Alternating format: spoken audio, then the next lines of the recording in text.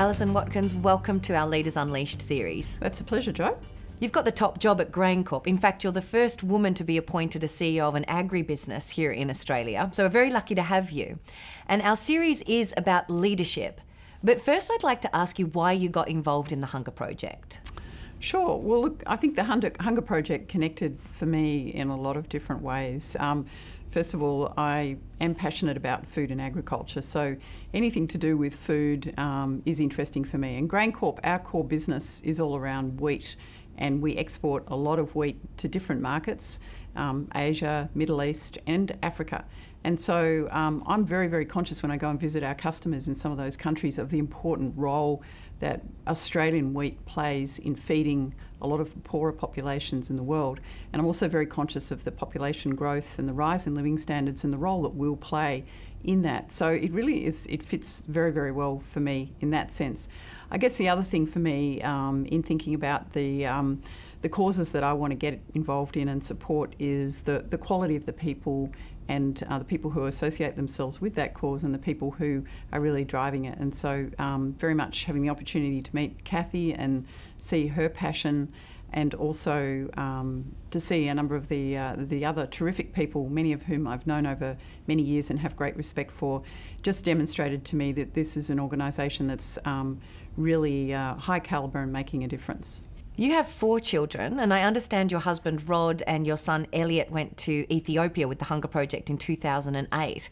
How was that for them? Yeah, look, that was an amazing experience, and I just thought that was a fantastic thing, because one of the important things for any cause that you want to get involved in is how do you really connect? How can you make it meaningful? And so I think the trips for investors that Kathy and the team arrange are a really important part of making the work of the Hunger Project really real and relevant. And look, in our case, I feel quite humbled that Rod and Elliot had that opportunity pretty early on in our involvement with the organisation.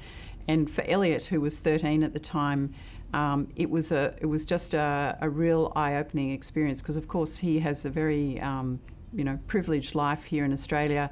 He really hadn't travelled at all, let alone to Ethiopia, and to really see what a different way of life there was, but yet to see the joy and the happiness, and to see the impact that an organisation like the Hunger Project, who's working so effectively with those communities, can make, was transformational. And I think also for him he travelled with a group of adults. There weren't too many other 13-year-old kids, I don't think.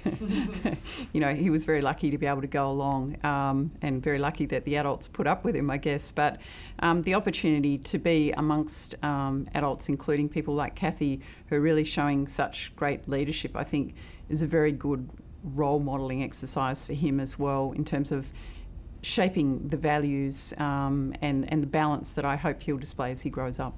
How has giving impacted your family unit as a whole? As I think about the kind of parent that I want to be, I think I want to set a good example to my kids in the way I work, in the relationships I build with my family, with my friends, and also the role that I play as a community leader. And what I try to do is just think about a small number of areas where I can connect and I think I can make a difference. And for me, those are around the environment, it's around women, and it's also around food and agriculture, and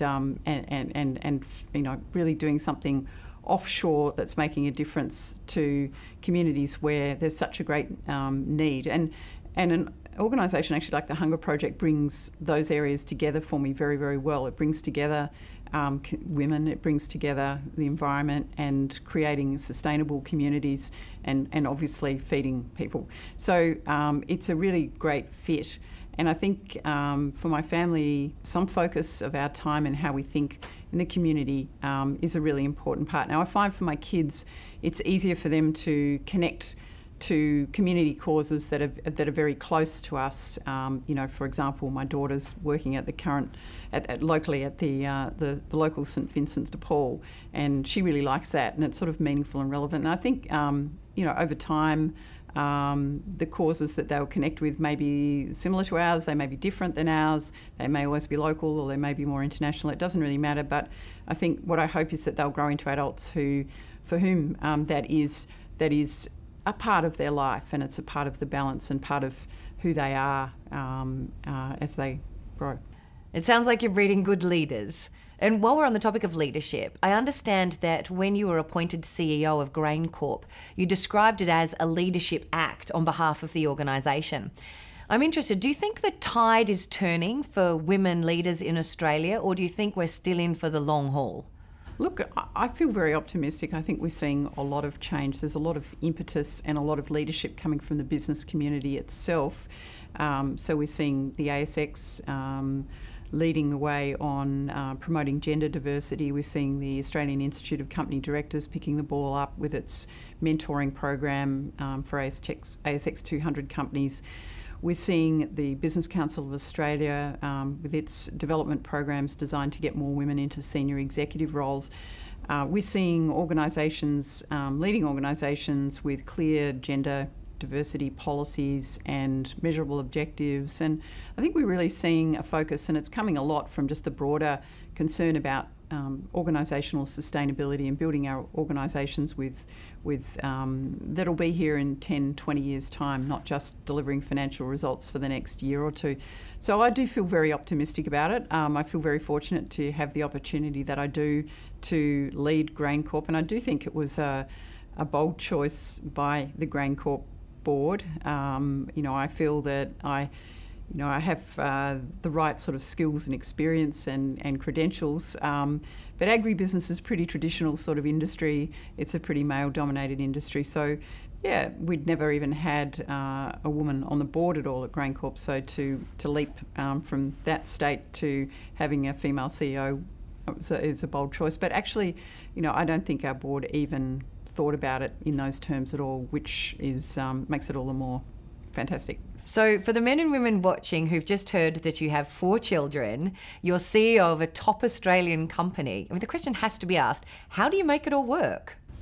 Well, it is very much Rod, my husband, who makes it work. I think we really try to think about ourselves as a family unit, and a few years back, once we had child number 4, it was getting a little bit too much crazy juggling act, and it just made more sense at the time for Rod to ease back on his career, and I was very much enjoying my career, and he was very happy to do that. He's developed a lot of other great interests since he's been working less intensively. He's a really good photographer. He keeps fit. We also have a farm, very much enjoy that sort of way of life as well, and he's very active in that sense as well. He does a huge amount for all of the schools that we're involved in. So he's really very happy with that. I'm very happy, and I love my job. And when we took on the GrainCorp role, well, I took on the GrainCorp role, but we as a family took on the GrainCorp role. We talked about it as a family to make sure that everyone was comfortable that it would work. And actually it's been a real positive, because I spend a lot of time up in Sydney. My family are based in Melbourne. I think it's contributed to our eldest daughter really stepping up and being a fully functioning member of the family. She's a great big sister, and I'm not sure that her brother would say she's a great big sister, but she's a great big sister to her sisters.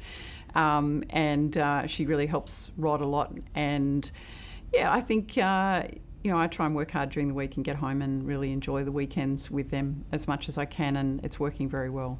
Investors in the Hunger Project are at all stages of their personal and professional growth. So if you had some advice for aspiring leaders, what would that be? What would you suggest? Yeah, it's a great question, and I think when I look back at why I'm doing what I'm doing, I think it's a lot because I've been fortunate enough to work with some really good people who created opportunities for me, who took a risk on me, and who probably pushed me to do things that I might not have done myself. And as a result, I developed quite a lot of breadth of experience, because I think when somebody gives you an opportunity, you don't want to let them down, and so you try really hard, even though inside you're thinking, I'm way out of my depth, I've got no idea what I'm doing, but you really want to try hard and not let that person down. So as I say, I think I've been fortunate that people have gone out of their way to create opportunities for me and take a risk on me. if I had my time again, or if I were advising anyone who's starting out, I'd say, go create those opportunities for yourself. Be confident, take risks, and silence that inner voice that's telling you, that's too hard, I won't know what to do.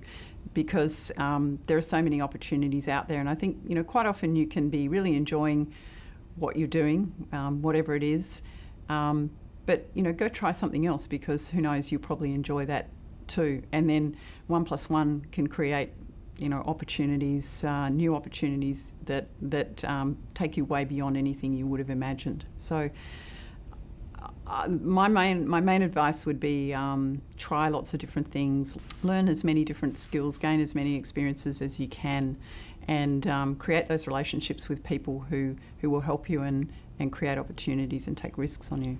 Alison Watkins, on behalf of the investors in the Hunger Project, thank you very much for your time today. It's a pleasure, Jo. Thank you.